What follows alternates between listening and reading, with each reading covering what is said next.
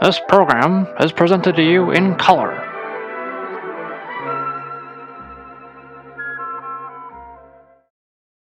There's something weird about Spider-Man Brand New Day.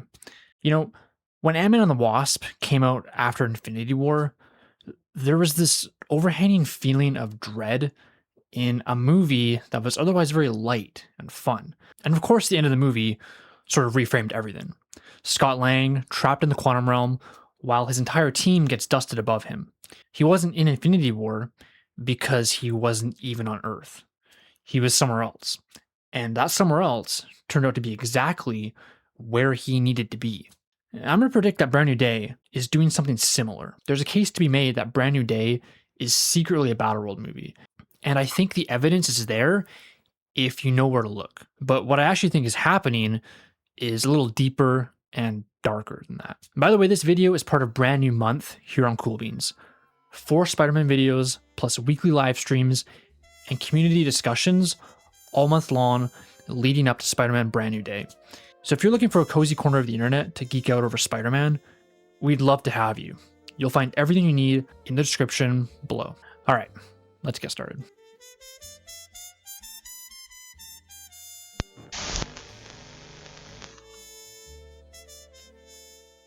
So here's the first strange thing about Brand New Day.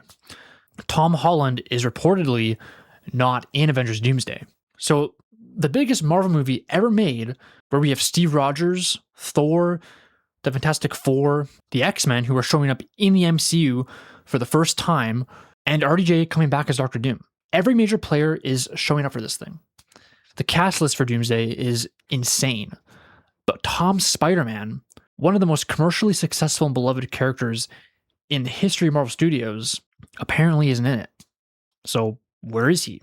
Nobody has a clean answer to that. And I find that really interesting because in the lead up to basically every other MCU film, we have a pretty good sense of where each character is and how they fit into the larger story.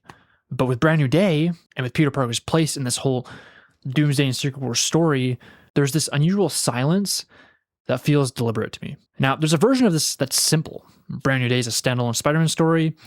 It does its own thing, tells its own story, wraps up cleanly, and Peter Parker sits Doomsday out for whatever in-universe reason they come up with. Maybe he's busy, maybe he's dealing with something personal, maybe they just haven't figured out how to work him in. But I don't buy that, and I'm sure a lot of you don't either.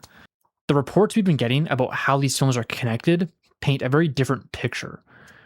Brand New Day and Doomsday are reportedly happening at roughly the same time, while the Avengers and Fantastic Four are dealing with incursions, tearing apart the multiverse on a cosmic scale. Peter Parker is in New York dealing with whatever is happening to him in this film. Mutations, a rogue Jean Grey, a Savage Hulk, the Hand Ninjas.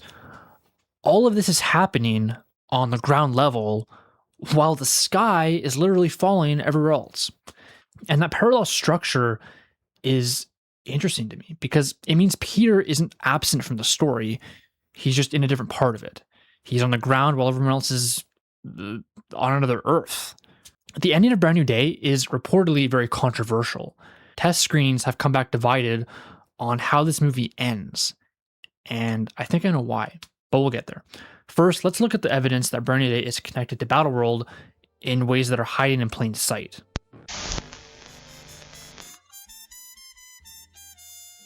All right, so let's look at what we actually know, because there are a few things sitting out there right now that I think are pointing in a very specific direction, and I want to walk through each of them. The first one is the Secret Wars casting calls. Not long ago, Marvel put out an extras casting breakdown for Avengers Secret Wars, and on the surface, extras casting isn't usually that exciting. You're mostly looking at background roles, right? Crowd scenes, atmosphere, that kind of thing. But this one caught people's attention because of the specific categories they were looking for. Military, civilians, scientists, enhanced beings, fighters, and survivors. Now, most of those make sense on a face value. If Secret Wars is set on Battleworld, you need all kinds of background characters. But that last one, survivors, is the interesting one. Because in Hickman's Secret Wars, which is what these films are obviously drawing from, survivors aren't just background characters. Survivors are the people who make it through the final incursion with their memories intact. They weren't absorbed into Doom's constructed reality. They remember what the world was before all of this. And that makes them the most dangerous people on Battleworld because Doom can't fully control what they know. And according to reports, Tom Holland's Peter Parker is among those survivors on Battleworld, along with Sadie Sink's Jean Grey, Deadpool, Wolverine, Tobey Maguire's Spider-Man, Iron Man, and the Young Avengers.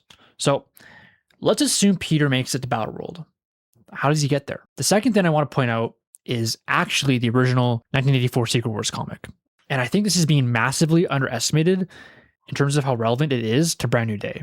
In the original Secret Wars, Spider-Man discovers an alien machine on Battleworld. He attaches it to his damaged suit, not really knowing what it is, and repairs his suit by coating him in this black symbiotic material. That is where the symbiote comes from. One of the most important additions in Spider-Man history starts on Battleworld, with Peter finding something he doesn't understand and attaching it to himself before he fully understands the consequences. Now, there are strong rumors that the symbiote is going to factor into the end of Brand New Day in some way. And if Peter ends up on Battleworld, well, the original introduction of the symbiote was on Battleworld. That's not a coincidence. That's Marvel going back to the source material in a way that is different from how we've seen it introduced in recent adaptations, which I think is something they'd want to do.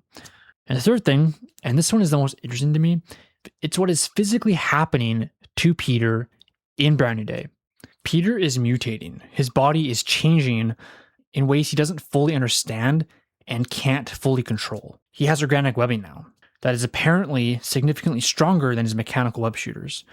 He's developing this altered state of consciousness that takes over in extreme situations, which may be something connected to a concept from the comics called The Other, where Peter essentially dies and is reborn with enhanced abilities. And his spider sense is operating at a level he's never experienced before. And he goes to Bruce Banner specifically because Banner has spent years learning to manage his own mutation. And Peter thinks maybe that knowledge applies to what's happening to him. So we're all sort of left to ask, what is Peter Parker becoming? But I don't think Brand New Day answers that question. I actually think something interrupts us from getting the answer. I think the answer, the real answer, comes later on Battleworld with his symbiote and with everyone around him having been wiped clean by Doom, a character who looks like Tony Stark. So no, I don't think Brand New Day takes place on Battleworld. I think the connection between Brand New Day and Battleworld is something else entirely. Something that happens at the end of Brand New Day and something that's been apparently dividing test audiences. And that is what I actually want to talk about next.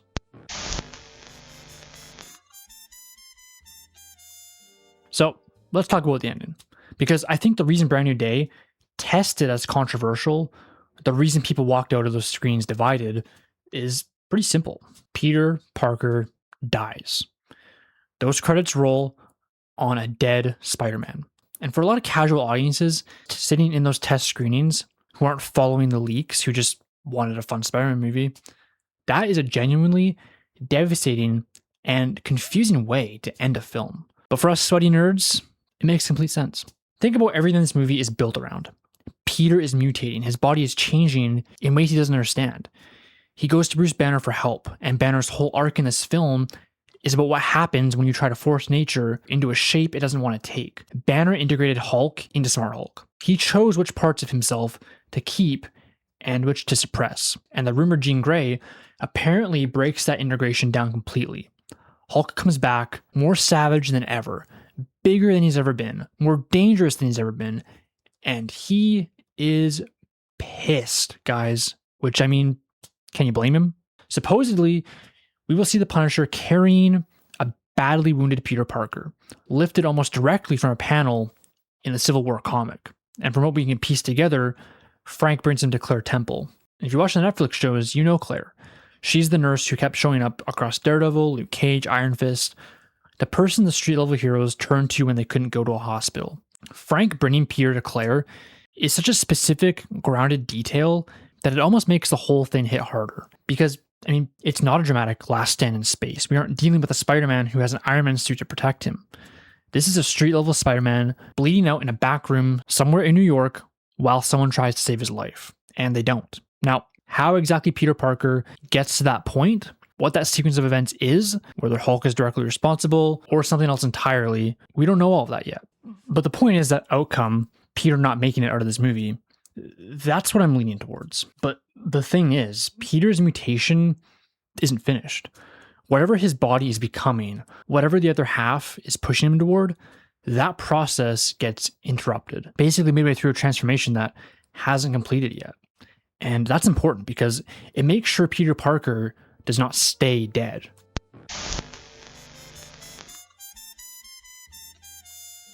So here is where this gets juicy. Peter Parker dies at the end of Brand New Day, midway through a mutation that hasn't finished. And somewhere on Battleworld, after Doom has rewritten everything, after most people have had their memories wiped clean, Peter comes back. And I think the way he comes back is through the symbiote. Think about what the symbiote is in the original 1984 Secret Wars. It's not introduced as a villain. It's not this terrifying alien organism hunting Peter down. It finds him because he's damaged, because he needs help. The machine he discovered on Battleworld responds to his suit being destroyed and coats him in this living black material. The symbiote latches onto Peter because Peter is in a state of need, and in the comics, it does help him for a while before the complications set in. Now imagine that same dynamic, but Peter isn't just damaged, Peter is dead, or close enough to it that there's no meaningful difference. The symbiote finding a Peter Parker who has just died, who is mid-mutation, who has organic webbing, whose body was already changing in ways nobody fully understood, that's a very different version of the story than we've seen before. I think Peter comes back on Battleworld changed. The mutation that got interrupted, whatever it was pushing him toward, I think the symbiote and Battleworld together finish that process. And what comes out of the other side is a Peter Parker who is more powerful than he has ever been and who remembers everything, which is so important for Thomas Peter specifically. Everyone on Battleworld has had their memories wiped by Doom. They all just know Battleworld. They know Doom as their god. They don't remember the multiverse. They don't remember what existed before. That's how Doom maintains control. He built a world where nobody can conceive of anything else existing. But Peter wasn't there for any of that. Peter died before Doom finished his work. And when he comes back, he remembers. He remembers New York. He remembers Ned and MJ. He remembers being Spider-Man. He is, in the most literal sense, a variable that Doom did not account for. And then there's the Tony Stark thing. We've talked about this in the Doomsday Clock series, but for anyone who hasn't been following it along, the short version is this. Dr. Doom looks like Tony Stark. RDJ is playing Dr. Doom. And there's a whole layer of manipulation and constructed identity built into that choice that we've been pulling on for months now over in the Doomsday Clock playlist. If you haven't watched those videos, seriously, go check them out. There's a link in the description and probably up here. But here's how it connects to Peter specifically. Most of the people on Battleworld who eventually regain their memories have had time to process. They know what Doom is doing. They've been operating inside Battleworld's reality long enough to have some distance from the shock of it. Peter has none of that. Peter shows up fresh, with no context for Battleworld, and the first time he comes face to face with Dr. Doom. So what does he see? Well, he sees Tony, of course. He sees the father figure who gave him his first real suit, the man who recruited him, who believed in him, who sacrificed himself in Endgame. And that face is now on the most dangerous man in what's left of the multiverse. I don't know exactly what that scene looks like for Peter Parker, juiced up on symbiote and mutations, but I know it's going to hit different for Peter than it does for anyone else, because nobody else has that specific relationship with Tony Stark. And unfortunately for the Wallcrawler, Doom is very, very good at finding wounds. We've seen how Doom operates. We've predicted what he will do with Wanda, with Reed, with Doctor Strange. He finds the thing that a person cannot let go of, the grief, the guilt, the unresolved love, and he uses it. Peter Parker, fresh off dying, fully aware, carrying all his memories, and now face to face with somebody who looks like Tony Stark. That's a trap. Whether Peter falls into it, or whether that wound is actually what makes him useful to the Resistance group on Battleworld, that I don't know yet. But I think that dynamic is going to be one of the most emotionally loaded things in Secret Wars. And I think it starts here, in Brand New Day, with the death of Spider-Man. So, is Spider-Man Brand New Day secretly a Battleworld movie? I think the honest answer is not in the way the title of this video implies. It's not set on Battleworld. It doesn't take place there, but I think it ends there. I think Peter Parker dies, and the next time we see him is on Battleworld in Secret Wars. Changed, symbiote bonded, mutated in ways that even Brand New Day didn't fully get to explore, and carrying every memory of a world that Dr. Doom has tried to erase. We may not know if any of this is true until December, That's what the best Marvel setups do. You watch Ant-Man and the Wasp and you think you know what you got. And then the post-credit scene drops and suddenly that whole movie means something different. Brand New Day might be doing the same thing, just bigger, darker, and crazier. Next week, we're staying in Brand New Month and asking a different kind of question. 5 things Brand New Day absolutely has to nail to deliver on everything it's promising. And that video drops next Thursday. I'll see you there.